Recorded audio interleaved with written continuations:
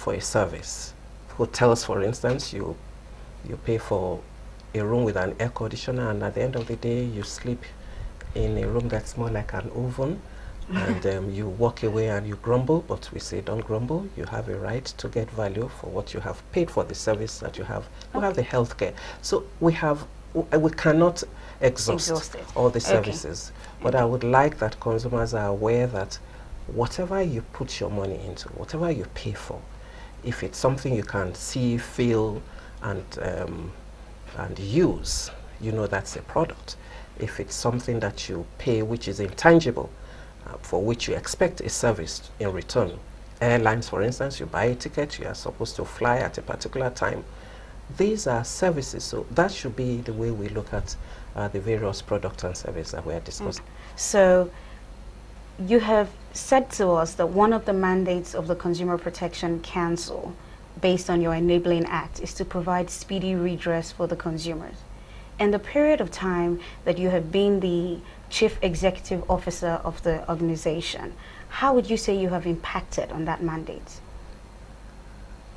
Well, I think that we can only measure our success by what the consumers say to us. Okay.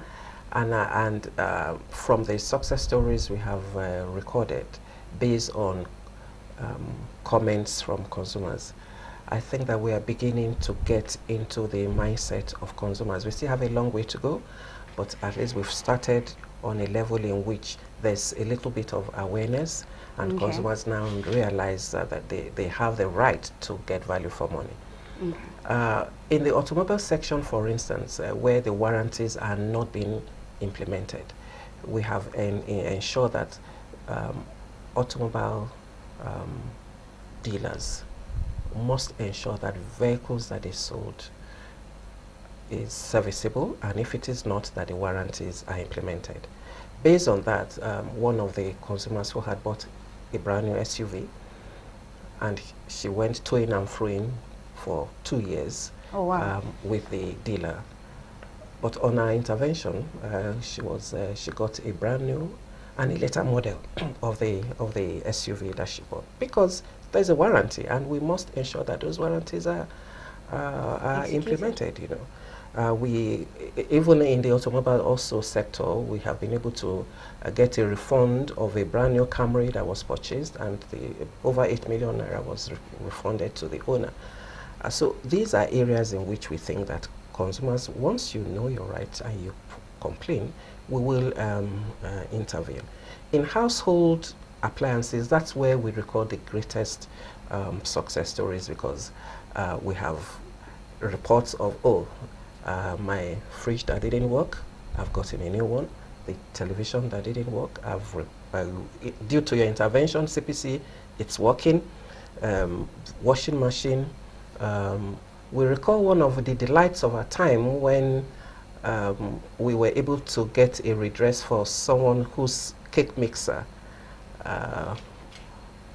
had issues, and it was fixed. He got a brand new one, and she baked a cake for CPC, and on top of it she says, "Thank you, CPC, my mixer now works." These are the kind of success stories we get. In household equipments, I think we have been able to sensitize consumers enough to make sure that you buy a fridge today, it's meant to cool. 2 weeks on, it becomes an oven. You are entitled to return it, and we've done that.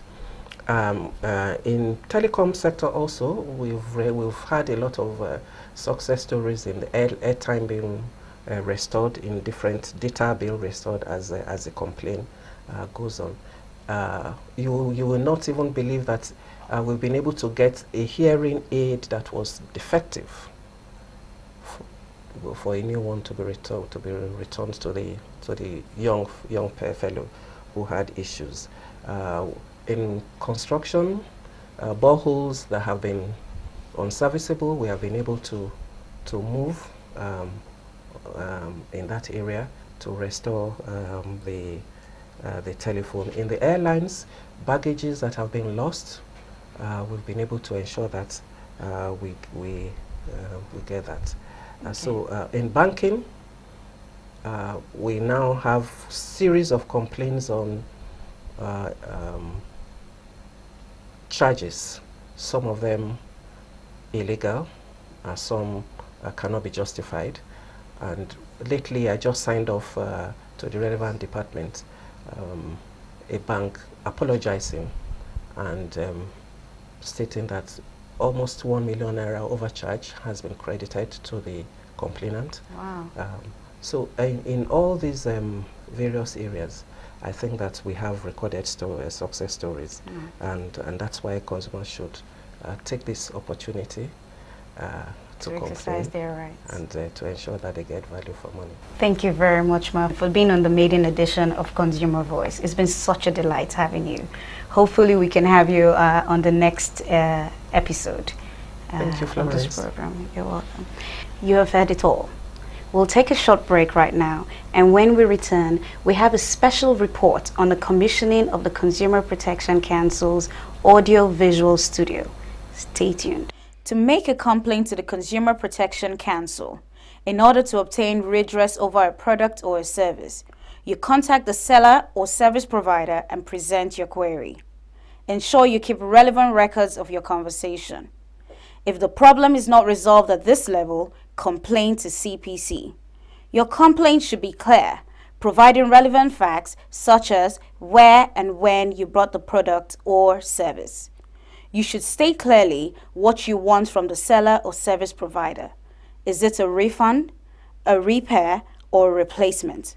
Complaints should be sent either to the CPC office nearest to you in any of our 7 zonal offices across Nigeria, CPC head office in Abuja, the official email of the council, or by telephone. CPC does not charge fees for complaints.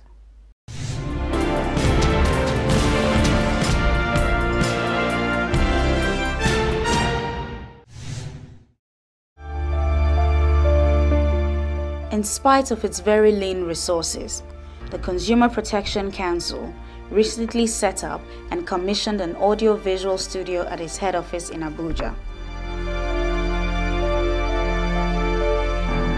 The studio, which represents the Council's commitment to aggressively educate consumers, is currently being used to produce programs tailored to sensitize millions of consumers to their rights and responsibilities.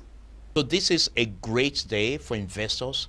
It's a great day for consumers. And I must commend the vision, the exemplary, actually remarkable dedication of the DG of Consumer Protection Council, Mr. Dupe Atoki, for what he has accomplished this far. I am incredibly proud to be part of this event. Thanks to Ford Foundation, the American non-governmental funding agency that has graciously supported the constructing, equipping, and training of CPC staff for the smooth operation of the studio. The commissioning ceremony of the studio attracted dignitaries from all spectrum of the society, including the immediate past Minister of Industry, Trade and Investment, Olusegun Aganga, who commissioned the studio. Erstwhile board chairman of the council, Air Commodore retired Ishaku Gang. Representatives of Ford Foundation, Ms. Padma Ugbabe, Executive Secretary of the Nigerian Sugar Council, Dr. Lateef Demola Busari, Director General of SMIDAN, Alhaji Bature Umar Masari, Director General of the Industrial Training Fund, Dr. Mrs. Juliet Chuka Onaiko, Registrar, Industrial Property, Nima Salman Mann, and many other executives. As part of the Ford Foundation support, staff of the council from its 6 zonal offices in Osogbo, Port Harcourt, Awka, Minna, Katsina, Bauchi, Lagos, and Abuja offices were trained on camera handling, editing, and production by Cornerstone Media, the media partner on the CPC Audio Visual Studio project. But your kit will include a camera, memory card for the camera, a tripod, a light, a microphone, hard disk to store your materials, a flash drive, and a backdrop. The studio commissioning reached a climax when the participants received certificates of attendance, and each of the 6 zonal offices received the necessary audio-visual equipment to aid nationwide coverage of consumer issues. Some of the dignitaries spoke to the Consumer Voice crew on their impression of the studio and consumer protection in Nigeria. Apparently, the CPC in-house audiovisual studio will not only impact on individual consumers and their household, but also contribute to the development of the Nigerian economy. Many times we feel unable to work with government for various reasons. This studio and this project, however, demonstrate that by working together we can create and accelerate the change that we all yearn for in our beloved nature. So if the CPC has decided to set up a studio, it means that they're interested in professionalism, clean pictures, good audio, in order to further the course of their work. For consumer protection education, I think this would go a long way to ensure that Nigerians are better educated. With the state-of-the-art audio-visual studio, funded by Ford Foundation, the cost of producing the Council's newly introduced television program, The Consumer Voice, is grossly reduced, saving on the lean resources of the government.